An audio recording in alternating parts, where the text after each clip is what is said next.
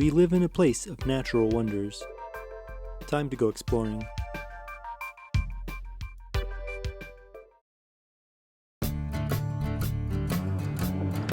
Pristine Bay here. This bay is the last of the pretty bays on the Gulf Coast. St. Joseph Bay and the delicious scallops that we have here. I just love it down here. We're on the hunt for scallops in the seagrass beds of St. Joseph Bay.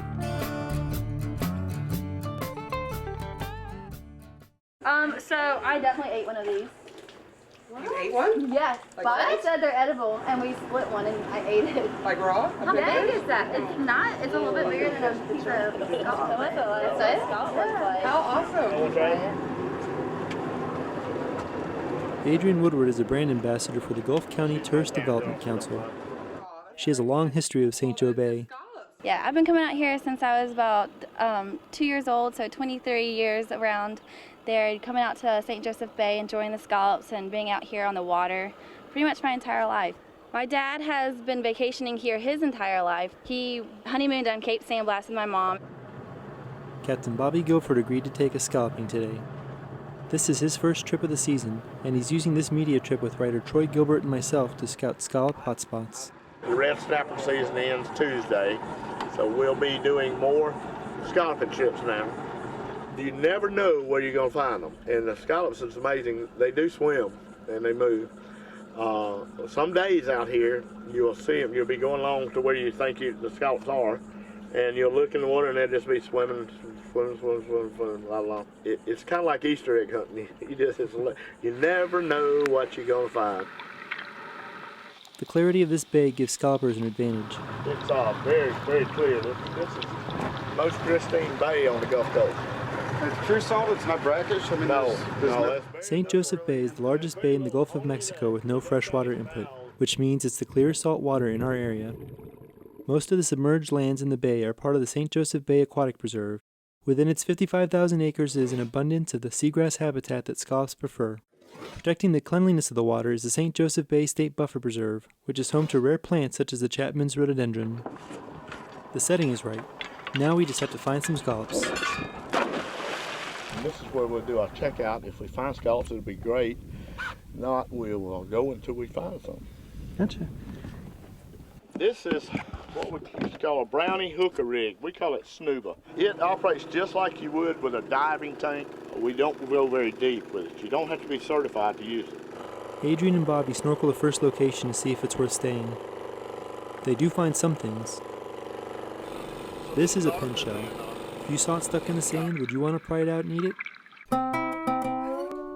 Even if it's not scalloping season and you can't really get scallops, you can go out to our bay and snorkel and find tons of different creatures to look at and to explore.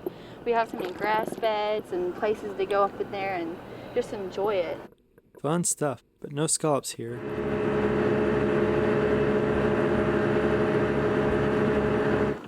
And then, at our third stop,